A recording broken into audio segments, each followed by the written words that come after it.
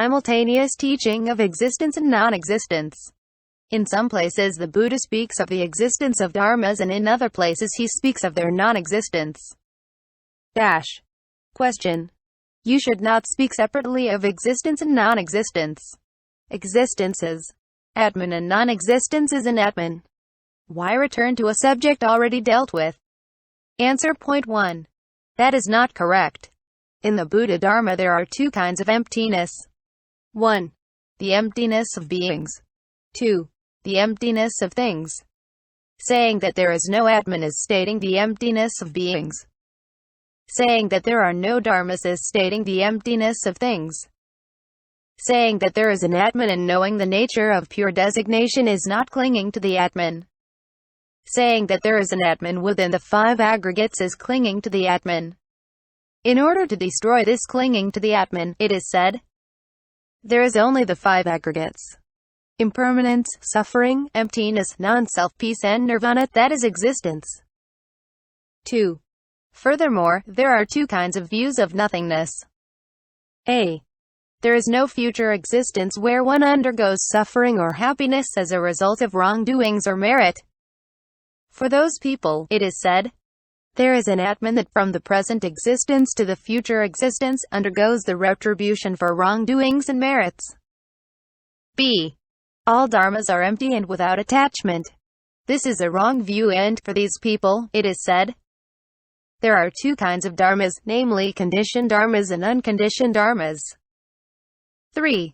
For beings of dull faculties, it is said that there is no atman.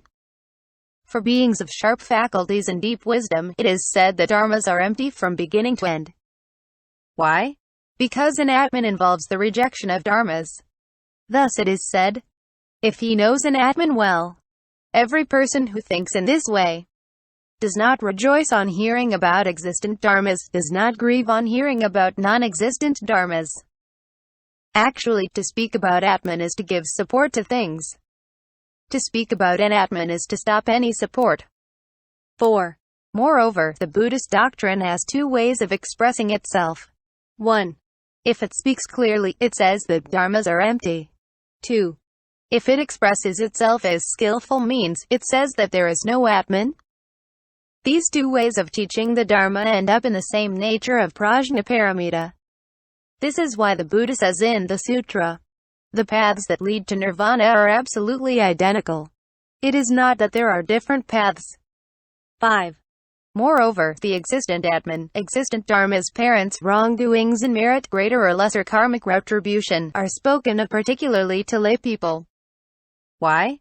Because lay people generally do not seek nirvana but cling to retribution of actions in future existences. On the other hand, the non-existent atman and non-existent dharmas are spoken of mainly to monastics. Why? Because generally monastics tend toward nirvana, do not assume dharmas, nirvana being the destruction of self. 6. Moreover, there are people whose spiritual faculties, faith, etc., are not yet ripe and who first seek perceptible benefits and later abandon them. For these people the Buddha advises the accumulation of good dharmas and the rejection of bad dharmas. By contrast, there are people whose spiritual faculties, faith, etc., are already ripe and who seek no perceptible benefit in dharmas. They seek only to avoid the samsaric destinies. For these people the Buddha teaches emptiness and the non-existence of dharmas. Both teachings are true. Thus the ring finger is both long and short. Compared to the middle finger, it is short, and compared to the little finger, it is long. Its longness and its shortness are both true. It is the same for the doctrine of existence and the doctrine of non-existence. To speak of existence is sometimes conventional and sometimes absolute. To speak of non-existence is sometimes conventional and sometimes absolute. That the Buddha speaks of atman or of anatman, both are true. Question. If both these things are true, why, as a general rule, does the Buddha praise emptiness and criticize existence? Answer. Emptiness, non-existence is the treasure of the Dharma of the Buddhas of the 10 directions, noble amongst all. Thus it is said in the Prajnaparamita, in the Tchou lay pin. The Prajnaparamita is the treasure of the Dharma of the Buddhas of the 3 times and the 10 directions. The Prajnaparamita is the emptiness of non-existence.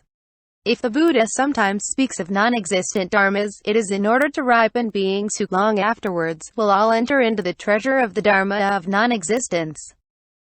Question. If that is so, why does the Prajnaparamita say, seeing the emptiness, the non-existence of the 5 aggregates is not bodhi? Answer. It is said in the Prajnaparamita that existence and non-existence do not exist. Dirghanaha Sutra. Similarly, the Chang Tchao Fan Tche King says, there are 3 kinds of wrong view. 1. Everything exists. 2. Nothing exists. 3. Things are partly existent and partly non-existent.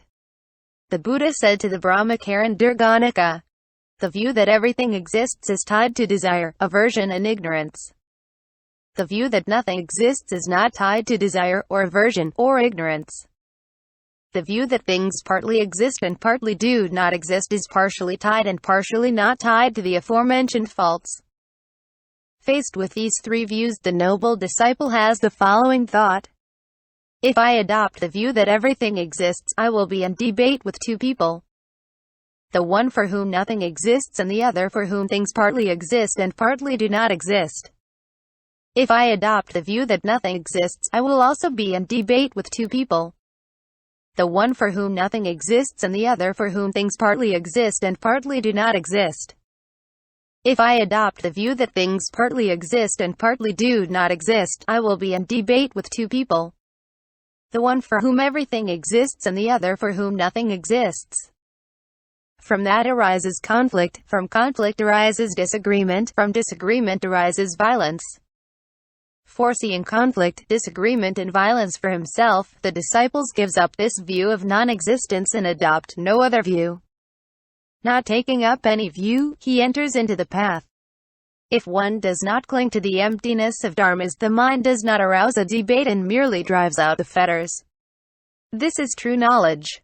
But if one grasps the empty nature of dharmas, one provokes debate and one does not destroy the fetters. Holding on to that wisdom is not true wisdom. Everything that the Buddha says is aimed at saving beings. That is why there is not a single one of them that is not true.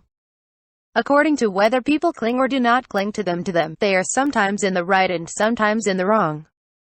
For all these reasons, the bodily, vocal or mental actions of the Buddha are preceded by knowledge and accompany knowledge. Question. You said at the beginning that the Buddha has neither physical defect nor vocal defect nor mental defect, and here you say again that his bodily, vocal and mental actions accompany knowledge. What is the difference in meaning? Answer. The first 3 attributes in terms of which the Buddha has no defect did not give a reason. These do give the reason. Because his actions accompany knowledge. If the Buddha did not reflect before carrying out his bodily, vocal or mental actions, he would make mistakes, but since the Buddha first uses knowledge before carrying out his bodily, vocal or mental actions, he is faultless. Furthermore, the Buddha is endowed with 3 kinds of pure action, 3 kinds of pacified actions, 3 kinds of actions not requiring secrecy.